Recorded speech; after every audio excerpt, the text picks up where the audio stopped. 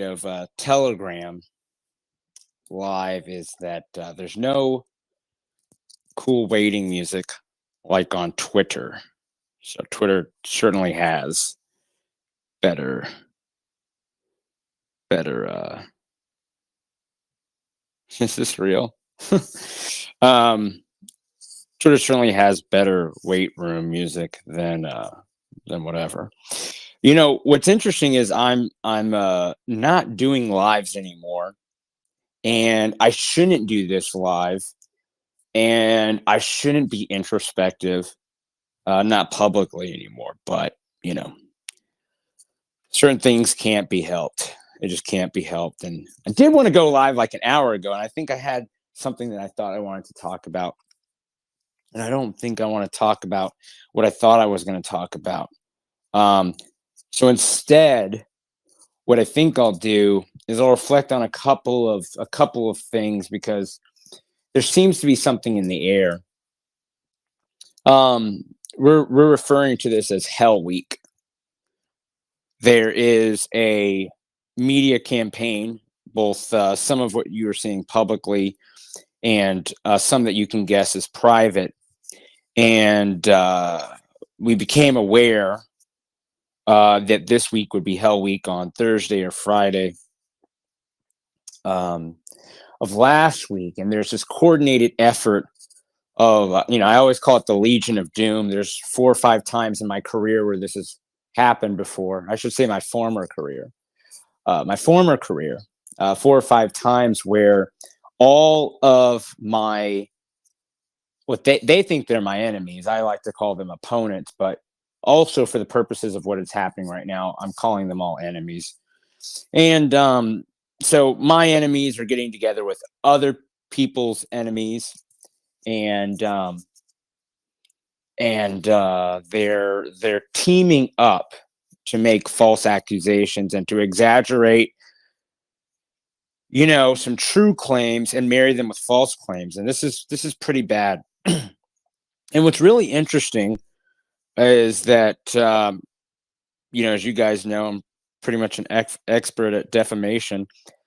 The law surrounding that is that, for example, when something after January 6th happens, it's so widely covered that it actually becomes impossible to sue anyone for defamation.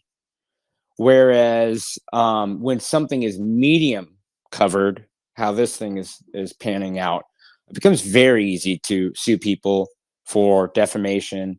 And defamation at the press level usually happens when people have relaxed standards and they start saying things as facts that aren't actually facts. And I want to tell you that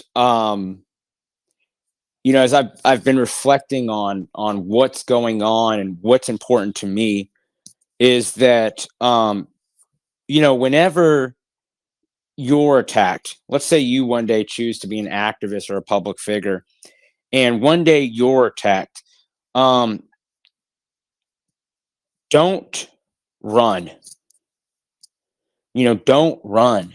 Don't entice the enemy. There can be a lot of fear when you're being lied about. It can be a lot of fear when you've done something, let's say 70% wrong, and then someone says you've done something 100% wrong.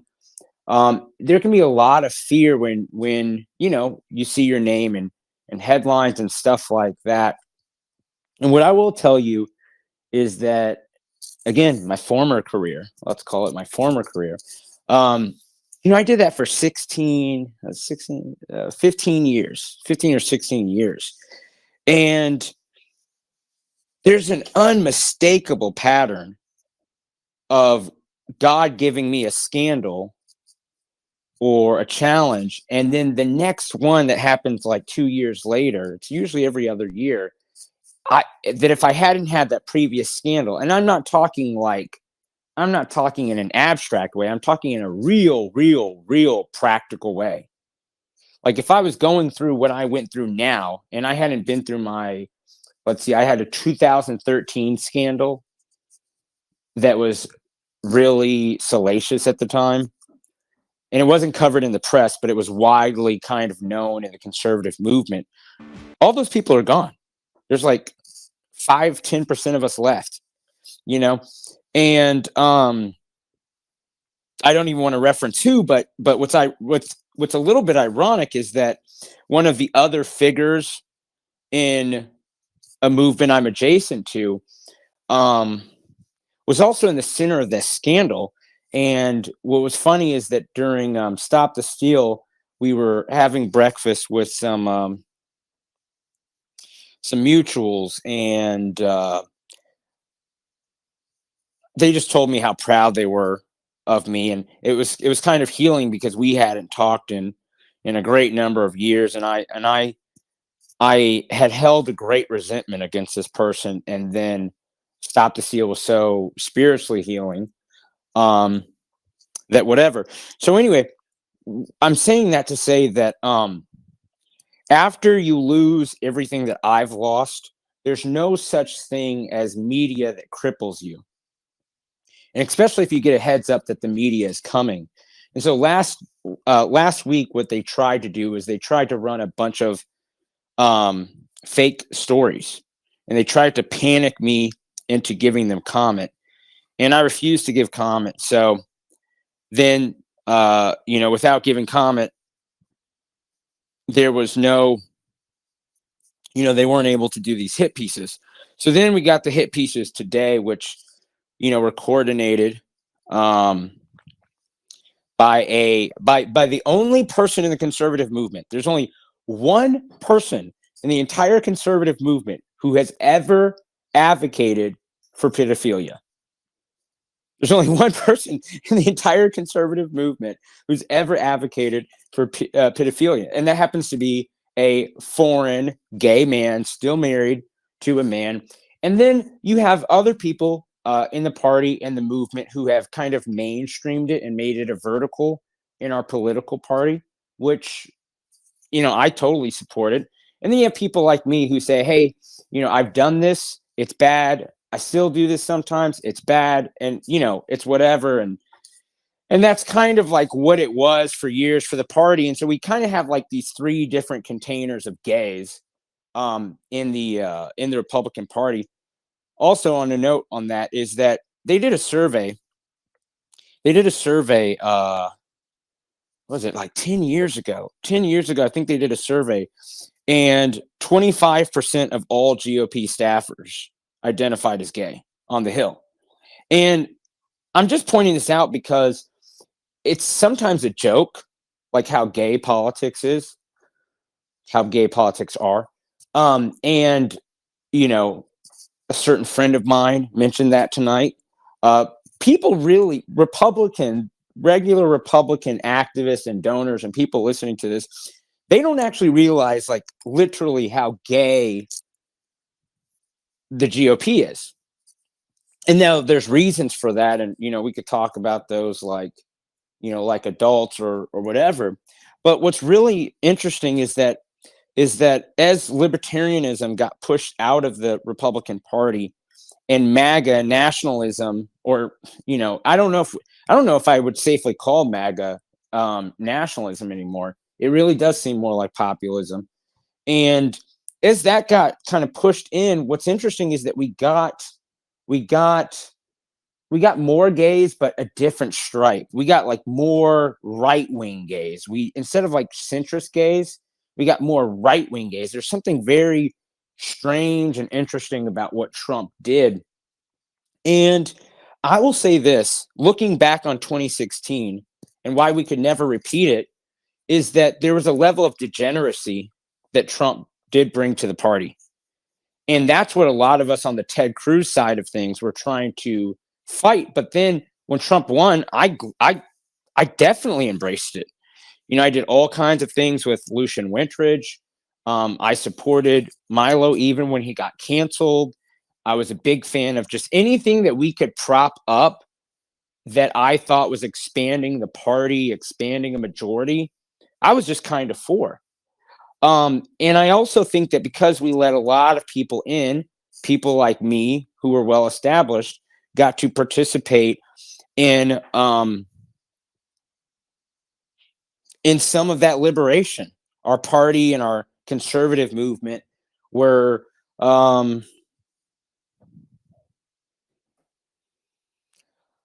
less moral. And that's just what it was. I think somewhere after 2018, once everybody realized how bad things were going, we became a more esoteric movement, right? So like based had moved from the far right to whatever you want to call it. And this cross section between the new right and the manosphere really gave like base and esoteric um type of thing, and just all kinds of things flooded from that. But we still weren't spiritual. And Nick was just getting started with his movement, and there's not a lot of people who you can say they have a movement. Like if you really count on your if you count on your fingers, there's only 3 people on the right wing who I think have had movements. I could be wrong, but there's only 3 people. I'm not going to name them because I'm one of them. But there's only 3 people on the entire right wing alive right now that that have had movements on the right, and we're poised for the 4th one, which is very, very exciting. Wouldn't that be funny if for the 4 horsemen? But anyway, I say all that to say that there's been a lot of changing, and when you dedicate your life to your vocation also changes you. So people don't have to like it. People don't have to like my politics. People don't have to like my faith. People don't have to like my sins. People don't have to like my reputation. People don't have to like hearing my voice. That really doesn't change that this is my lived experience. That when I got into politics as a twice college dropout and someone who had been in trouble with the law, and then demonstrated that I was supremely talented at my craft, and then every 3 years upped my game until I got to the level, that I am or was or whatever. Uh, that is what it is, and I wish it was a perfect straight line. I used to say this about my mugshot. People are like, "Ollie, did you become a Christian after you got your mugshot?" And that's just how white culture is. Um, you know, and I said, "No, I became a Christian at 14. I wish I never sinned again." And I just, and that's what's really interesting. I need to answer for my sins as a public figure publicly. Doesn't matter if, and I always used to tell this to people, which I stopped saying, but I used to say this. I said, there's one person I owe an apology to for my mugshot, because it was a victimless crime, by the way.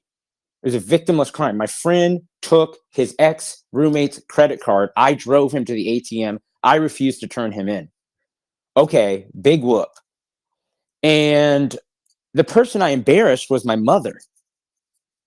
That's the only person who deserved an apology and got that apology. And so, when I then had to start explaining my mugshot to people, and people trying to ask me to explain my Christianity in relation to my mugshot, and what's funny is, like, now that I'm saying that out loud to the movement and where our movement is, it sounds kind of like funny and cringe, but you need to understand how stuck up we used to be as a Republican Party. Like, you could not talk about this stuff. And, the number of times I thought I was going to get kicked out of the Republican Party for, having lived an abnormal life in relation to other operatives was many. And I would just tell people, like, look, I'm a sinner. And I'm not one of these people who says, well, I'm going to do this one thing, I'm going to repent tomorrow. It's not like that. In some ways, I kind of envy that ignorance. It's something I could struggle with for weeks or months, and then stop something cold turkey. And that's been kind of my Christian walk until 2020. And 2020 changed my life. In 2020, I'm spending the first part of the year in Calabasas, and then I come back home and I'm reading Chinese WhatsApp chats, and then we have a pandemic. Then I go full conspiracy theorist. I'm a coronavirus bull, champion the quarantine, said shut down things to China, said we need to subsidize vitamin D to the black community, championed mask, and then they locked us down for Easter. And I said, what explains this? It's the Freemasons. Donald Trump, you're fucking up.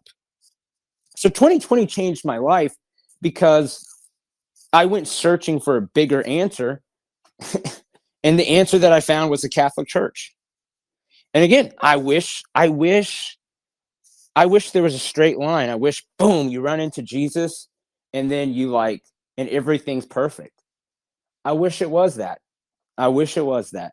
And I think the cool thing about getting older is that it does become easier to be obedient.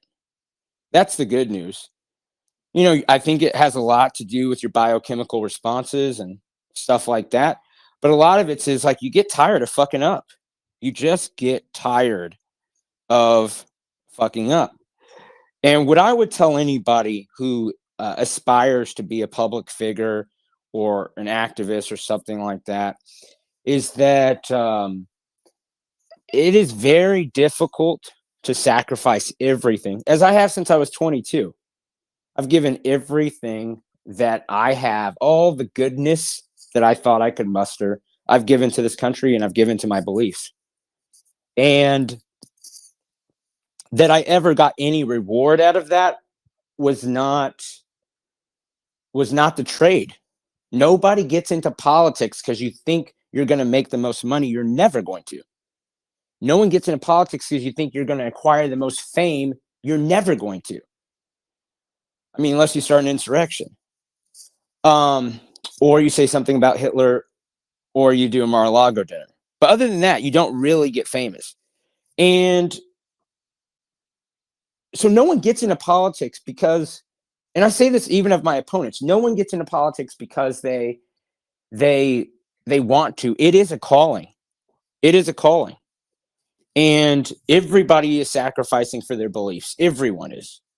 Again, I say that about my enemies, my competitors, people who hate me, and all that other stuff. And people think it's addicting because of power. It's like, well, most people in politics don't ever get close to power. They get close to influence, but most of them never even get influence. And what I would say is that I think I've spent, since I was 22, probably working 6.5 days a week for at least that my average would have to be 12 hours. Okay. That's being pretty conservative. Most days I work 15 to 18 hours and I hustle and I love it. And I love what I've done with my career. And I'm proud of what I've done with my career. What that has cost me is I have an abnormal social life.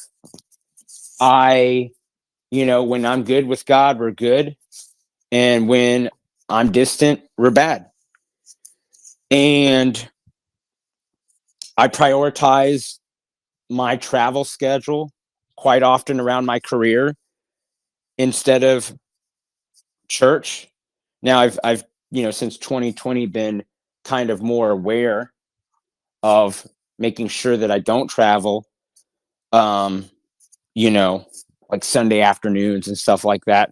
But, everybody's a work in progress, and so am I. I think the problem, I shouldn't say the problem, because other people handle it okay. I will say most of our movement, most people in politics who deal with the online medium as their principal medium, actually, no, forget that. And all Hill staffers, is everybody's got two problems. And the two main problems in politics in DC is alcohol and sex. On the online medium, it's probably ego and sex. And these are, if you go to Wall Street, everyone's going to tell you, what is it? Coke and sex. If you go to San Francisco, what are you going to hear? Molly and sex. If you go to LA, what are you going to hear? So, people don't want to tell you guys kind of the cost of what people who are kind of high performers in these various cerebral industries, kind of what we do to stay up and all of that, and none of it's good. What impresses me the most about what may happen here, and I mean going forward for the country and the movement and stuff like that, is that there's like this little glimmer of hope in a couple of the people that I've associated with. And that's that we might have an authentically Christian movement that is modern in texture and traditional in ethos. That is not happened in anybody's lifetime who's alive. It's just not. I mean, even if you look at the moral majority and all the other stuff in the 80s, there's something very, very different about the promise of a Ye, of a Fuentes, of a Jones, and what many people said as an Alexander. Um, but at some point,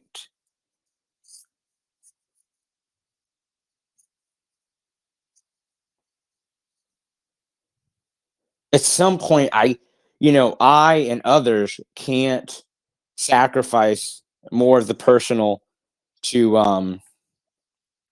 to save the country, and um, because there's always going to be a battle. There's always going to be like something worth fighting over, and there's a lot of talent. And so anyway, just marrying that with whatever is that I thank God that I'm like able to again watch humiliating things and embarrassing things and true things bad about me be trotted out for millions of people to gawk at. Uh, I can imagine the Ali 5 years ago would have curled in a ball. The Ali 10 years ago would have, killed himself or something. Um, you know, this Ali knows God's sovereign. This Ali has repented, and this Ali understands that the public thinks that they're owed what's God's, or that they're owed some explanation. And by the way, I don't like people who support me and then people who don't support me. But mainly, I don't like people who support me fighting with people who are confused, because it's natural to feel a sense of betrayal. It's just natural. It's like what are we gonna do? We can't control that. You know, what are you gonna do with people of little faith? Well, encourage their faith. Ask them to reassess and revisit.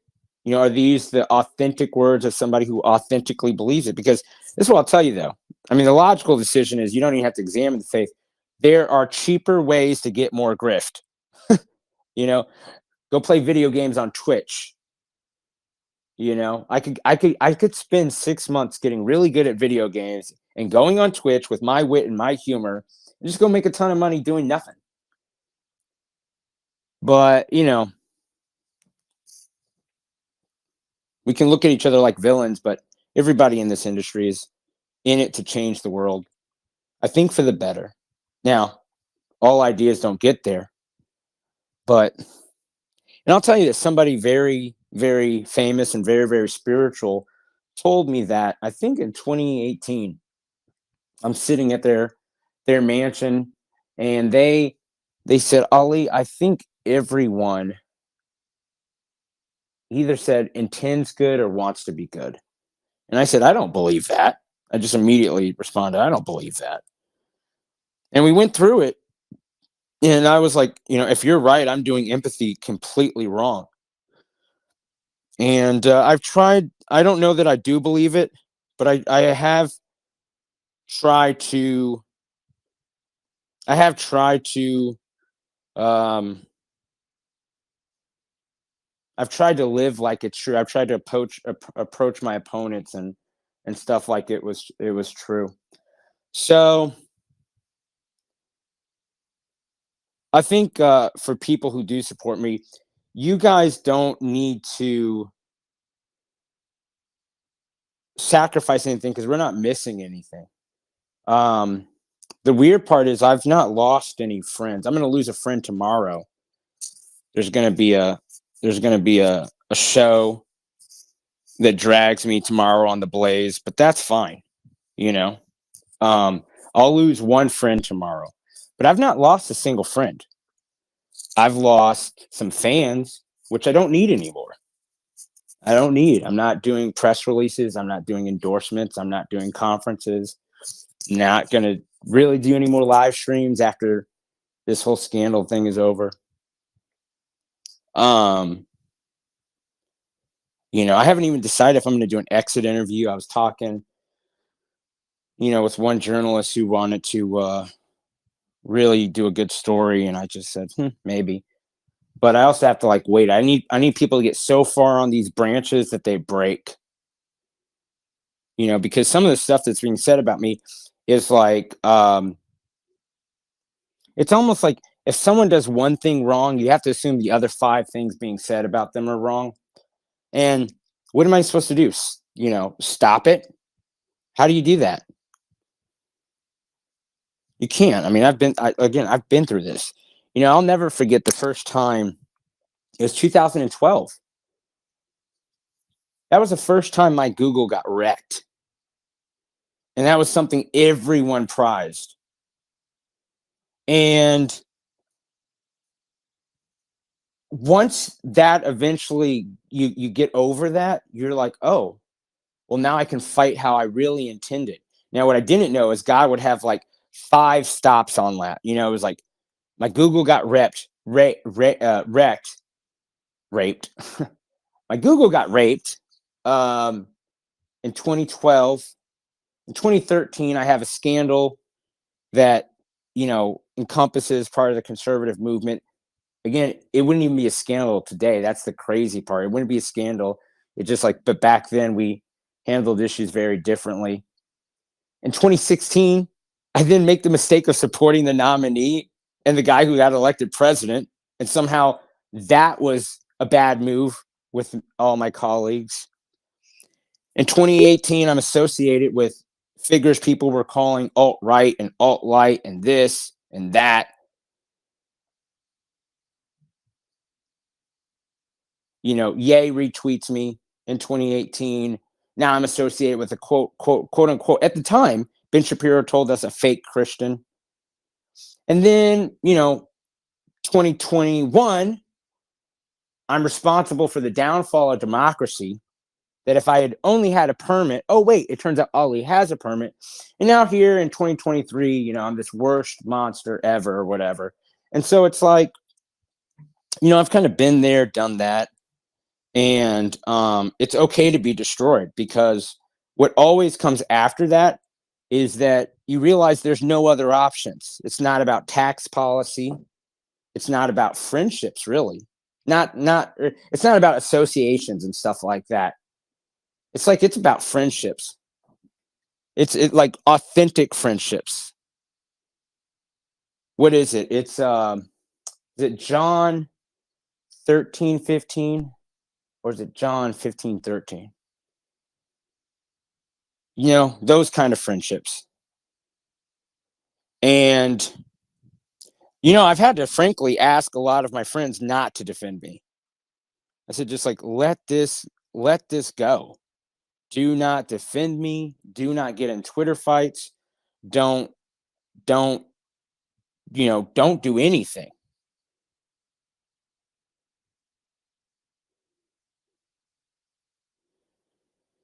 And I think I'm gonna. I can't decide. So I was gonna kick somebody out, but I'm just not gonna do it. So anyway, I think what will happen is, like I said, we'll make it through Hell Week. I'm not going to die. Okay. I'm not going to die unless someone kills me, but I'm not going to die. My reputation is not going to be better or worse. And I don't need a reputation anymore. I don't need a reputation. All the people who are my friends and all the people who know me. And, you know, I don't get business from advertisements, you know? So none of the things that,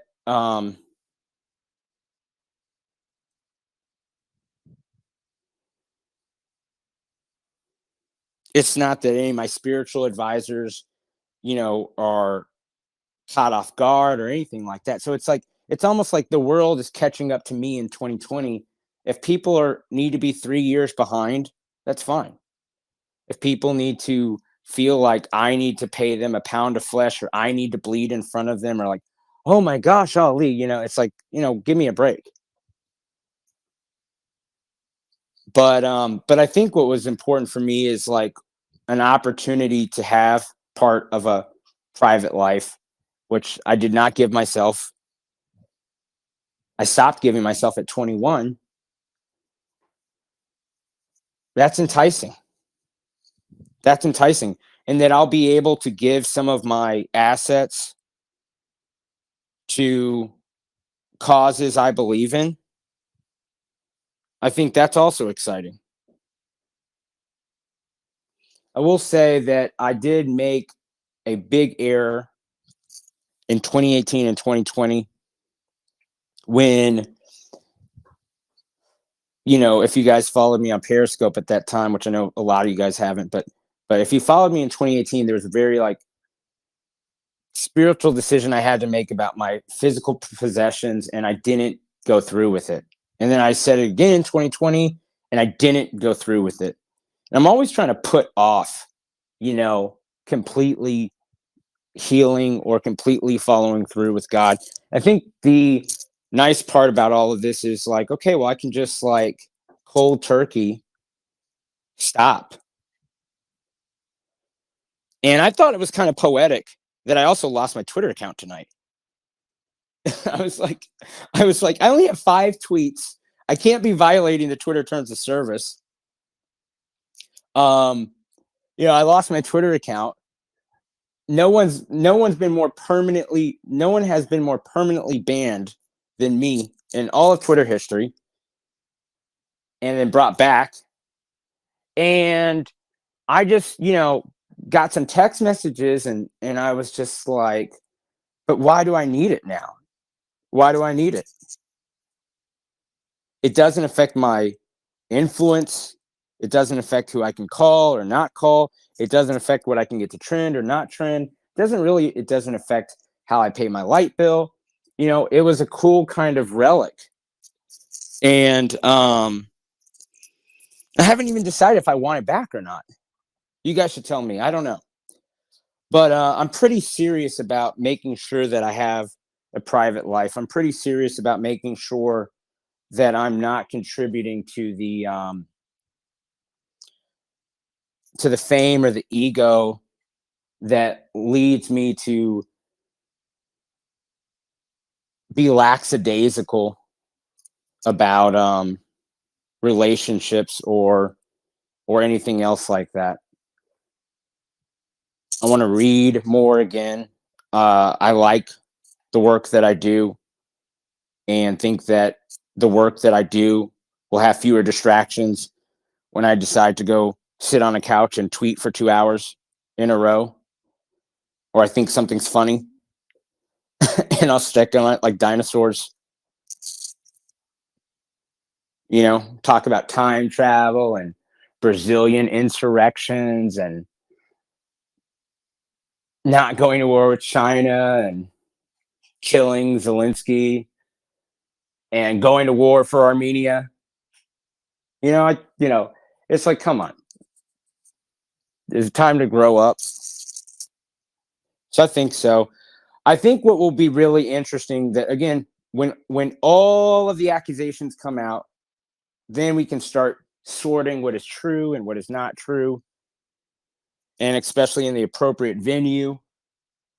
Because what people want, what haters want so bad, is to catch me or someone else in a memory lapse, or I not have a copy of something and say, well, this doesn't exist, or that doesn't exist, or no, that's not what happened, which you'll never find. I promise you this. You will never find a full transcript from anybody. You will never find a full transcript from anybody, because then you'd have to learn about the motives and all kinds of other things that were going on. You'd have to learn what was disclosed and not disclosed, what was represented and not represented. And this weird narrative that's going on right now, this Legion of Doom, like I called it, between psychopathic press. It's not even the full press. It's the press that literally gets paid to attack the right wing, has teamed up with Marjorie Taylor Greene, who has a sex addiction and is filthy when she is drunk. Absolutely filthy. And I know because I've been drunk with her. And Milo Yiannopoulos, who is the only person in the right wing to have ever advocated for pedophilia, said it was a rite of passage. Wasn't a joke. And it wasn't on one podcast. And it wasn't in 1 year. You'll find that I've probably had in my own company, probably employed, 50 people over the past 15 or 16 years, and then been in a leadership role on a number of campaigns. It probably puts me in charge of several hundred people over the past couple hundred years. And you won't find one former employee who ever says that I did what Milo's accused of, which is minors, drugs, hotels rooms in his 2016 tour. You'll never find that.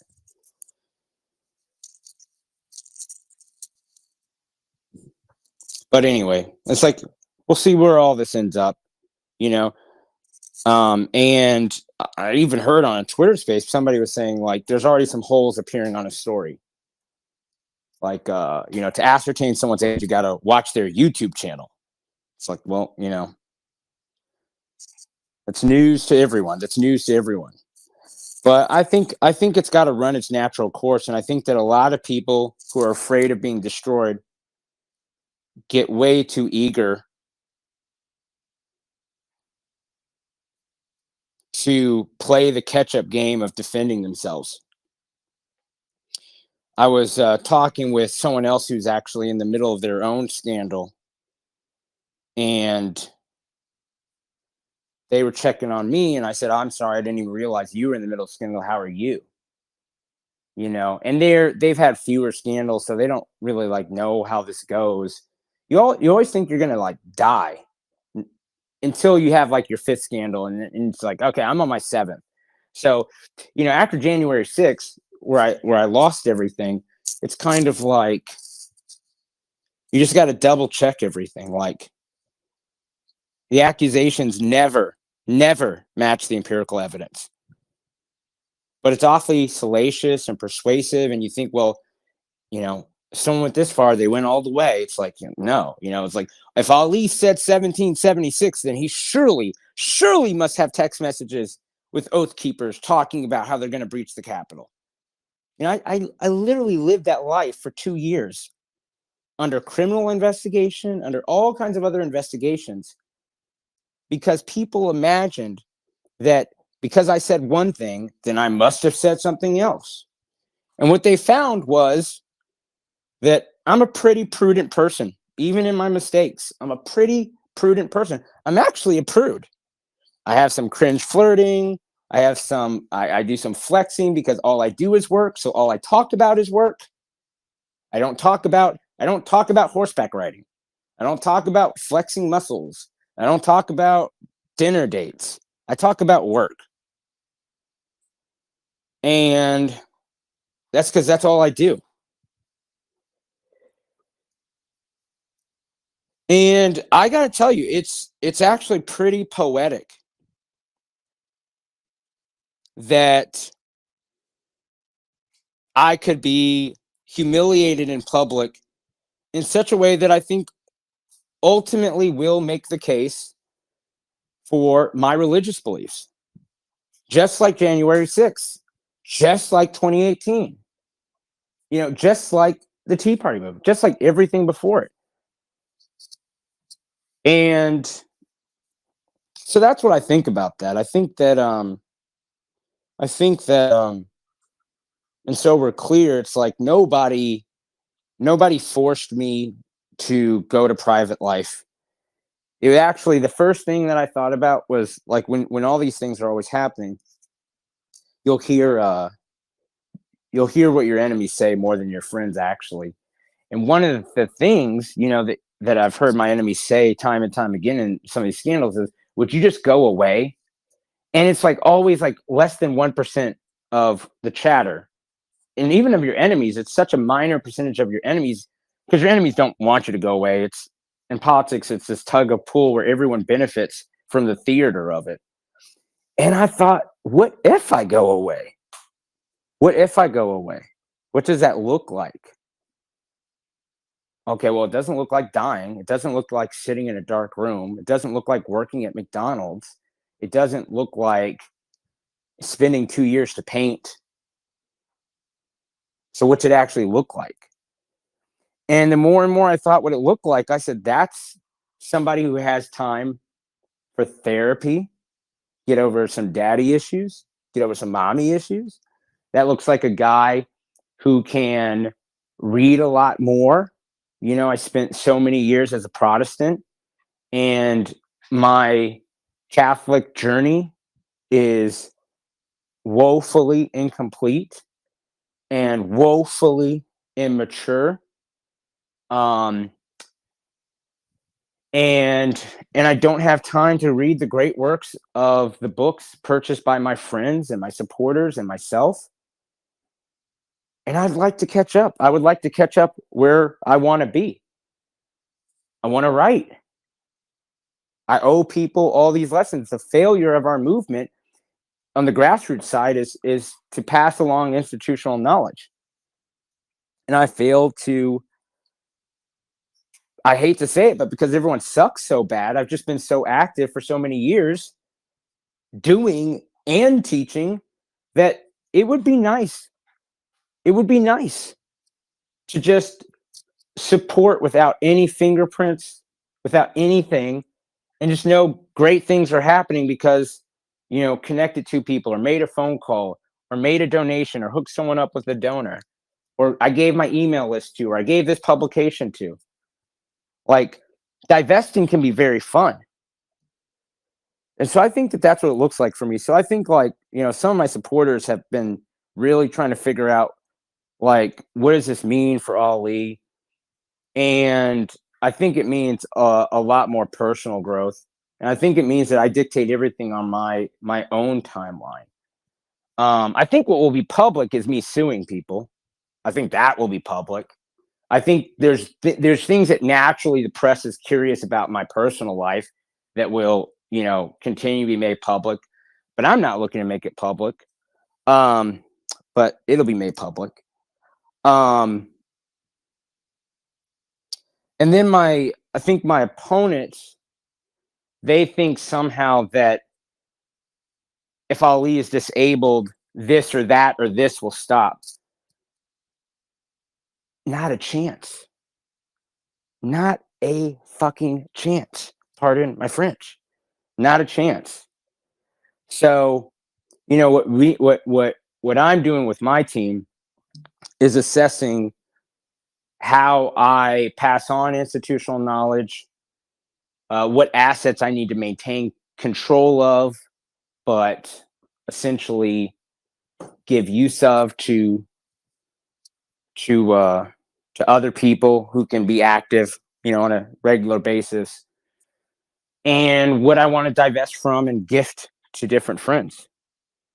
And we began that process a couple of days ago, and I'm telling you, it's fun. It's actually fun, and it's very important to me. In fact, I'd say this. Let me just actually say this, because I've already just said I've spent 15 years sacrificing personal growth or slowing personal growth at the expense of fighting for my beliefs. That if I actually thought that I couldn't pass along some of my assets or institutional uh, uh, uh, knowledge and my Rolodex, if I thought I couldn't pass those things along to people who could, carry parts of that. And again, I can still, I'm a call away. If I thought that couldn't pass along, I would just go ahead and suffer the public scandal publicly and just not care. And that may sound cold and callous to y'all, but I don't care. I just don't care. Like when I had my life destroyed after January 6th, there were like 3 people who cared about me. And I don't mean that about y'all. I'm just talking about, colleagues wise. Okay. There were like 3 people who cared. And when I came back, it was kind of like, I don't know anybody anything. This is the greatest feeling ever. Well, now I'm realizing I owe myself something. And I don't like this whole public catch-up game. I don't like the public catching up to where I made it in 2020, and then I'm having to justify progress or all that other stuff, I don't like that. And I don't like I think that there's been a couple of temptations. I'll tell you this. Let me just spiritually tell you this. There has been a temptation to hate my enemy in this. There's been a great temptation. And actually, I see all of our favorite some of our favorite opponents are here. One of the greatest temptation has been to hate Milo. And as you guys know, if you followed me for years, I really, really try to resist hating. And to the point where I'm always clarifying the difference between enemy and opponent. I take it very, very seriously because Jesus talked about hate in your heart is akin to murder. And I take that so seriously that I'm an angry person, I'm an arrogant person, but I try to never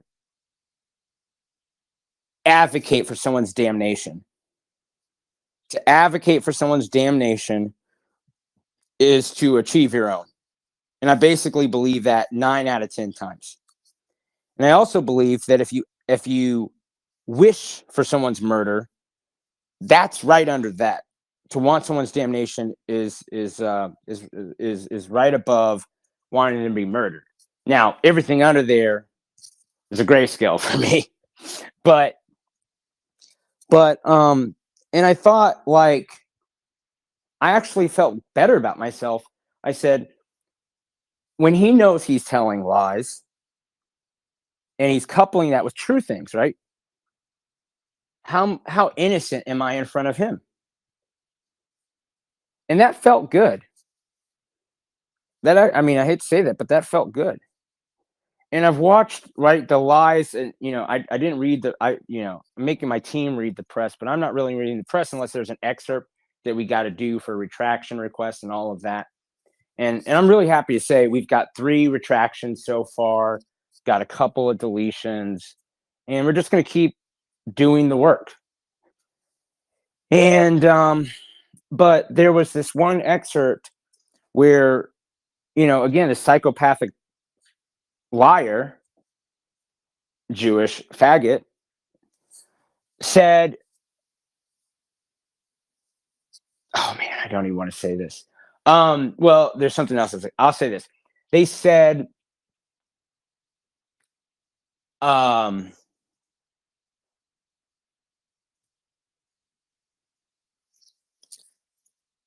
I quit because of XYZ.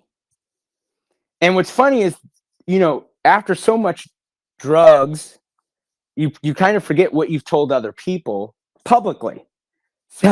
So people are like, I'm getting texts like, this doesn't match this. What's the accurate timeline?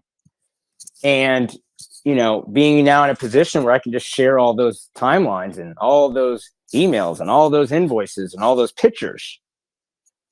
The story starts to crumble under its own weight, but you have to let it get that weight. That's what I'm saying. You have to let it, it hurts. Trust me, it hurts. It hurts. It hurts. It hurts. Okay. It hurts. But what have I lost? Am I supposed to revert back to pre-repentance for everyone else's sake? No, I'm not going to. Okay.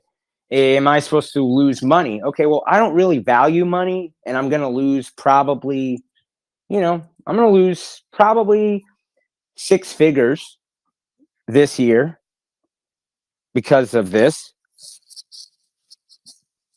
But after that, there will still be six figures.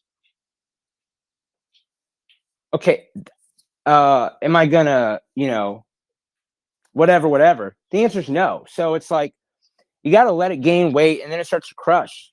And it's like the little lies, the little lies, the little lies. And because people, at first they're just not comfortable. People aren't comfortable looking at anything objectively. People are so emotional.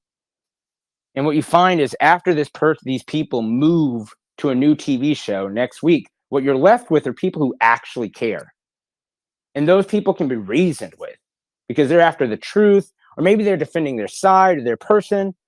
And there's all kinds of things you can do to, get a consensus. But I think that, that's what's really interesting. And the truth of the matter is all recorded. This is what's crazy to me, is that the truth of the motivations behind this coordinated series of attacks on me and principally two of my allies, well, three of my allies. And the shameful part is that I was seen as the weak link, which is embarrassing and sucks and humiliating. But I also know that I'm the one who's willing to, go down. I'm willing to take a couple arrows on the way down, especially if it means an ally gaining a foot up to vanquish evil, to vanquish lies. I love that story. How can you not have watched all my periscopes and all my sensational media appearances and not seen that I'm a little obsessed with martyrdom? So, and I'm not saying this is martyrdom. I mean, the intentions of the other side make this martyrdom, but I'm not saying that any of my lust, makes me a martyr. It doesn't, right? It makes me you, and you don't want to admit it, but that's fine. You don't have to, because you're not a public figure. You don't have to wear your sins out loud. I chose to. And so, here we are doing this thing. And you know what? It was funny because I was postponing it. Again, I think that's like kind of my great message in all of this, is I keep postponing things. And what I really didn't like was, like, you even had there was this accusation. This is the first time Ali has ever admitted that he is a bisexual or he is whatever. It's like, no, most of my audience has known that I carried on a bisexual lifestyle for most of my career, that I wasn't born that way, that it became a curiosity, expanded into this whatever. And we talk about it for hours and hours and hours on Periscope. But it was also something that I said my faith was in contradiction to, and that I would never justify it or live and fully embrace that lifestyle, and was never a member of the community because it was a contradiction, that all fornication outside of marriage is wrong. And, people loved it. Actually, I was going to say people didn't like that, but people actually loved my authenticity and my honesty and my public confession in front of them, because it just helped people resonate with me. It's the whole reason I was popular.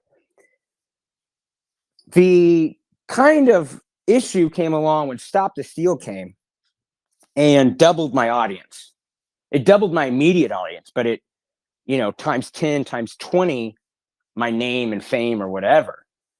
And those people know that the 2020 and on Ollie, which is way more obedient, not perfect, definitely not perfect, but way more obedient, way more studious, been through the ringer, blah, blah, blah, blah, blah. And what evil seeks to do is to take something that everyone who needed to know knew, and then say that I was deceiving them, to give people kind of this schizophrenic break. That's wrong, right? If all of the accusations against me are true, Why would you need to tell one lie that is easily provable? Why would you need to tell one lie? Well, you have to frame me a certain way so that I look deceitful, so that when I say that's a fake screenshot, I'm the one having to prove my credibility. Instead of the person saying, okay, well, where's the metadata? Where's this? Where's that?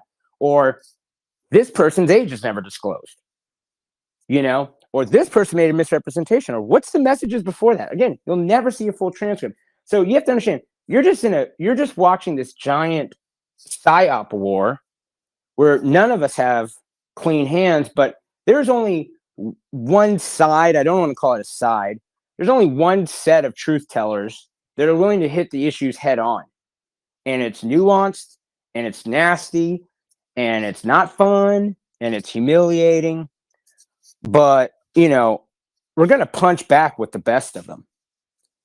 And that's because the other side is lying, because they know that they can't build a consensus off of truth, and we are awfully inconvenient. You can't have anyone. And I'm not trying to scapegoat. I'm literally just trying to lay the tracks. Because if you've watched this thing has actually been going on for 4 weeks. And if you really, really watch it, it started in November.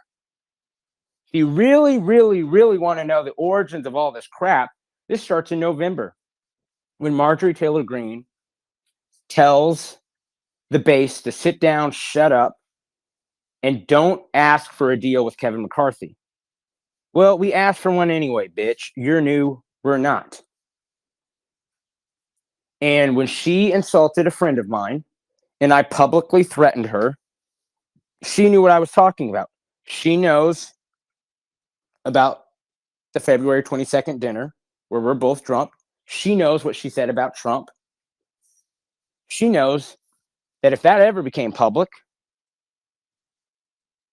that Trump would not be happy. But also, the authorities might have some questions about why she then lied under oath in April 2022. So anyway, me and Marjorie, the reason why Marjorie's never mentioned my name is because I've got the evidence to put her down. The reason she'll attack Nick and attack Laura and attack Ye is because they didn't give her what she wanted, each of them, which was complete submission. And along the way, I took away the two things that Milo thought he was going to control on his way back. And that was Nick and Ye.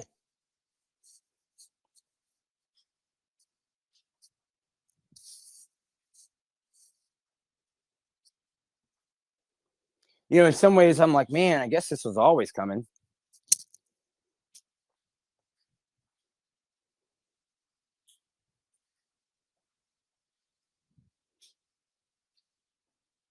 I mean, just line up the timeline. Line up.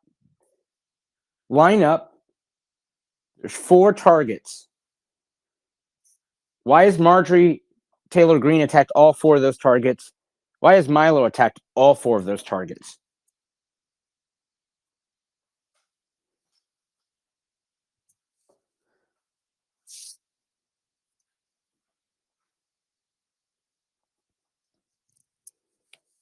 Milo begged and begged and begged to come back on the campaign. We have all the text messages. It's like, it's pretty audacious for him to lie when he knows that, like, but he does it because he knows that we're just more honorable than he is. But we're still not going to let him lie. I mean, that's the crazy part. But if you can do enough damage with the lie at first when 80% of the audience is watching, then, that's fine. But it's nice because people are texting now and they're like, wait, this doesn't make sense. This timeline doesn't make sense.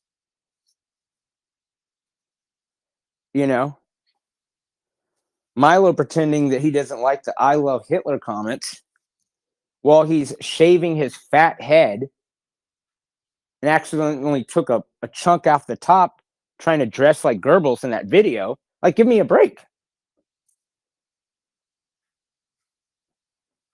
Ye was talking about Hitler in his private conversations with anyone who would listen for weeks prior to the InfoWars interview.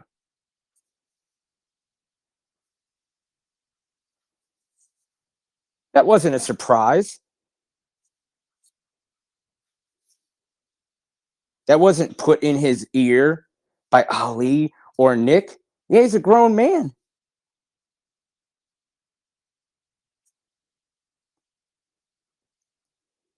And you know what really started this is that there were two lies told about two of my friends. One of them involving their sexuality and the other one involving their Catholicism. And I was so disgusted by the low blow inversion tactic that, I got in and started scrapping. I said, well, I'm dirty. He's dirty. Let's get muddy together. And I don't know. We'll see what happens. But what I will say is I think you guys will find it very interesting. I don't ever need to tell my side, but I'm certainly not going to let the worst lies sit out there. Like I said, the worst lies just can't sit out there. I'm too justice oriented to let them sit out there, even if I wanted to let them sit out there. Although this is a great test of killing ego.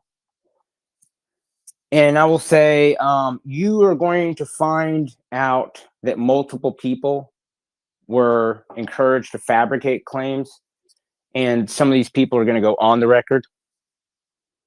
You will find out that journalists who wrote hit pieces asked half a dozen people for instances that they had heard were true that weren't true, and that was never mentioned in the articles.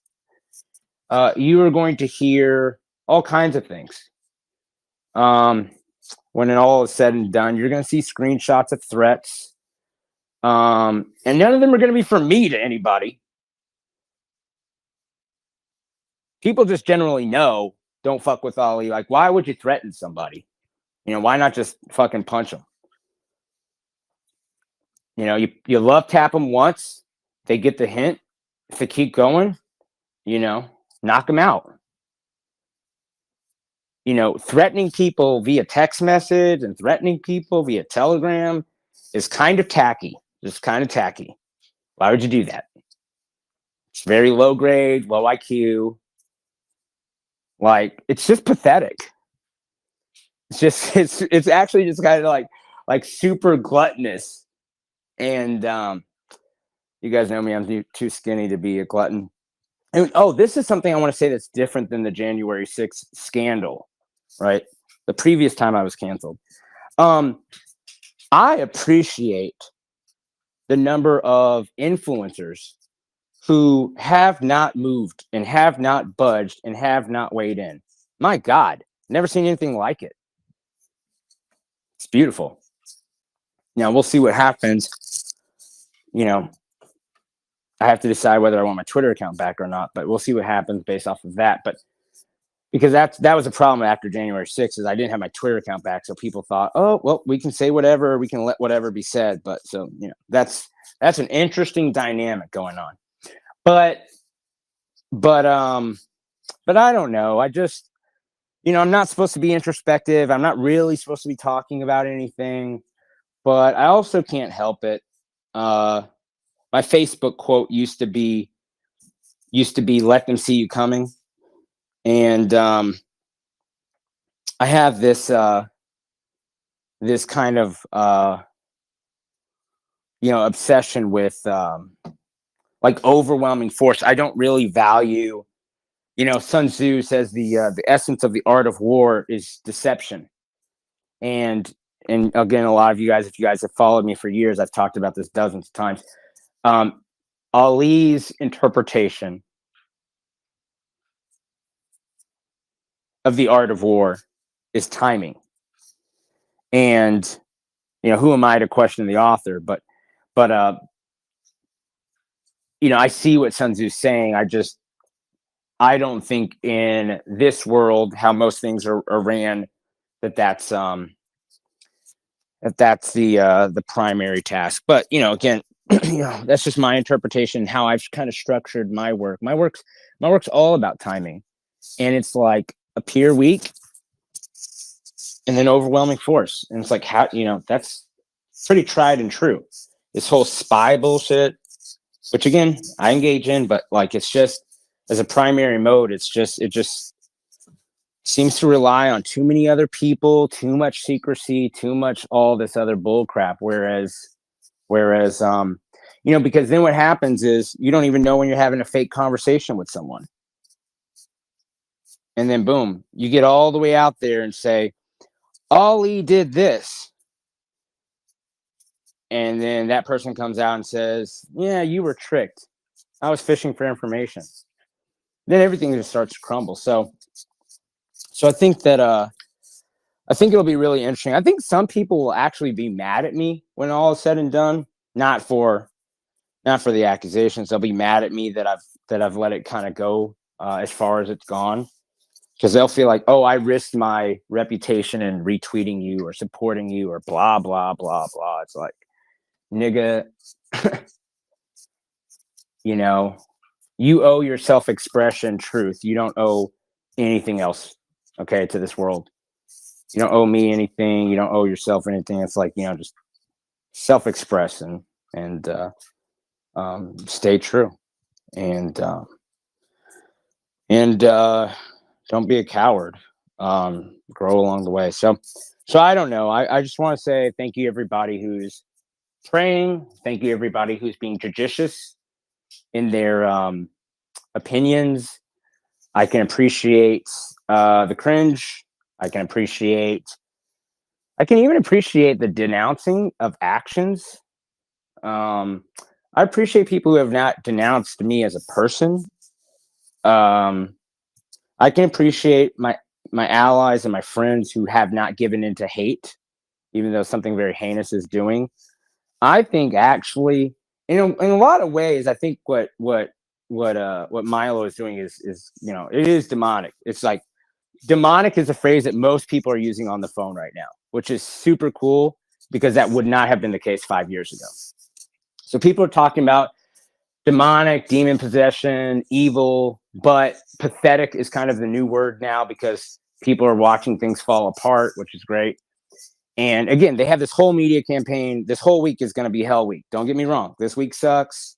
Okay, this week's emotional. It's all leading into Tim Pool so that, they can make it, oh, well, it's in the news, the excuse why they do it, because Tim Pool also knows what I know about him and his ex-roommate.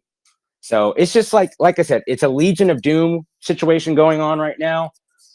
And they're trying to kill Superman. But it turns out I'm only Batman. I'm just Batman. I'm not even Superman. But, they're killing me because I'm dressed in the outfit. And Superman's going to actually fly out and, do something. And so it's like, it is what it is. But I don't want anyone to hate anyone on my behalf. I don't want anyone to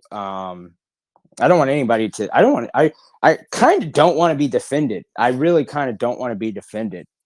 I don't want people to take what is essentially a great risk to defend me. I do find it funny how many people are finding out the truth before I ever present my case, which is amazing, that somebody has a history of baiting people and their girlfriend says that there were setups and that the setup was known and all of this was, whatever. That's funny that somebody else is actually just trying to fit in. And look, I think you guys should not, I think some of you, I'll say this, some of you guys should be like me. Just tell the world, this is something I struggle with. It's in contradiction to my faith. Please help me live more according to my faith and don't judge me for being when I am a reprobate. It's really not hard. It's scary at first, but it's really not hard. But, it's like when you're not a groyper and then you become a groyper and then you pretend that you're not gay and there's all these people who are going to come out and tell the truth. It's just like, what are you talking about? And swimsuits aren't nudes and, all kinds of things. So I think it'll just be interesting, but people are figuring things out and my enemies can do a victory lap, but it's over nothing. you'll get nothing.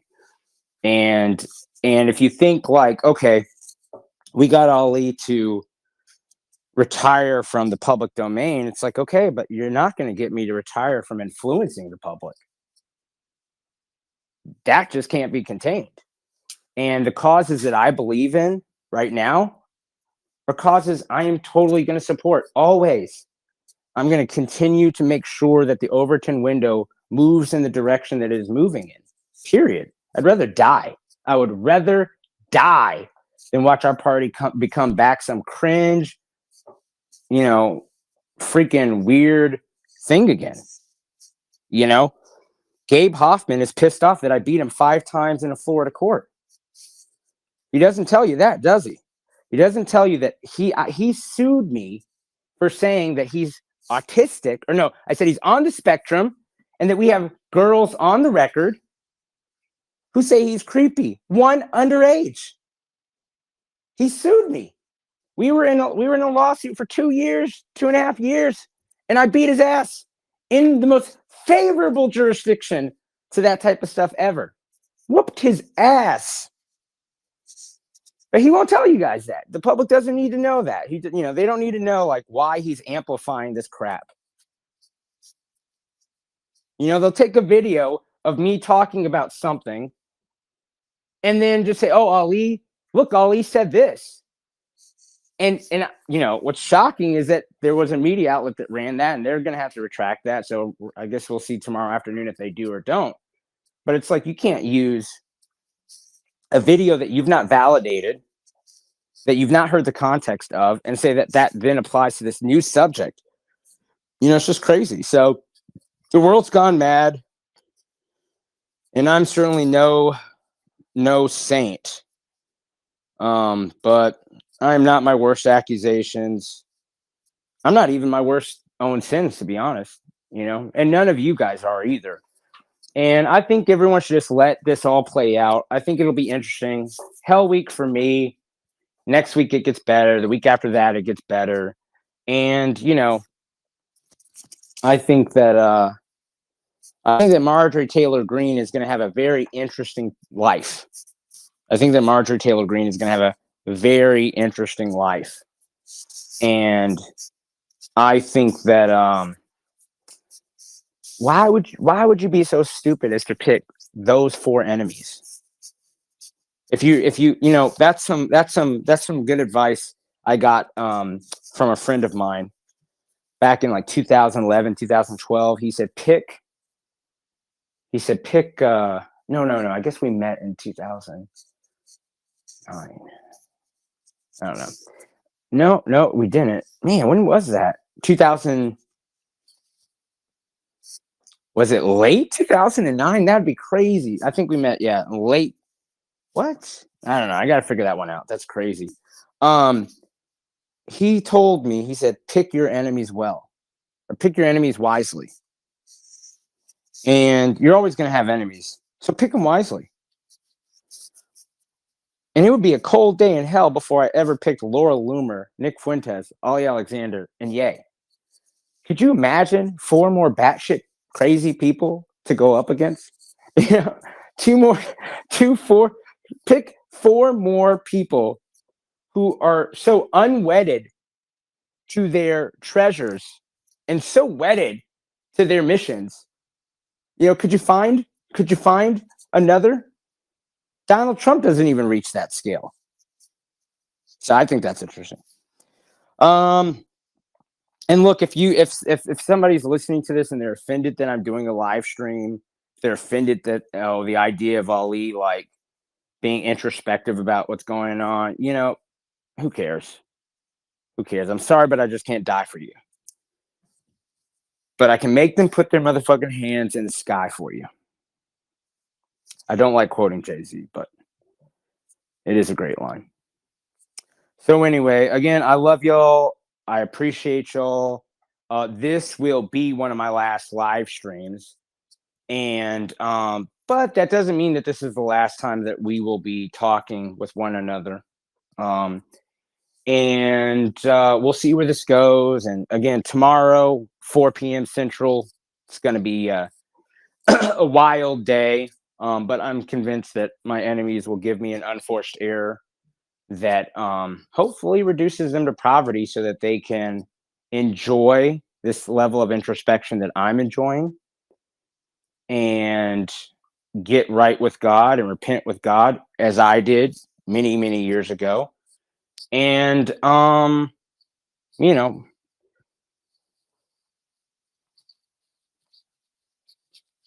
we'll see where it goes.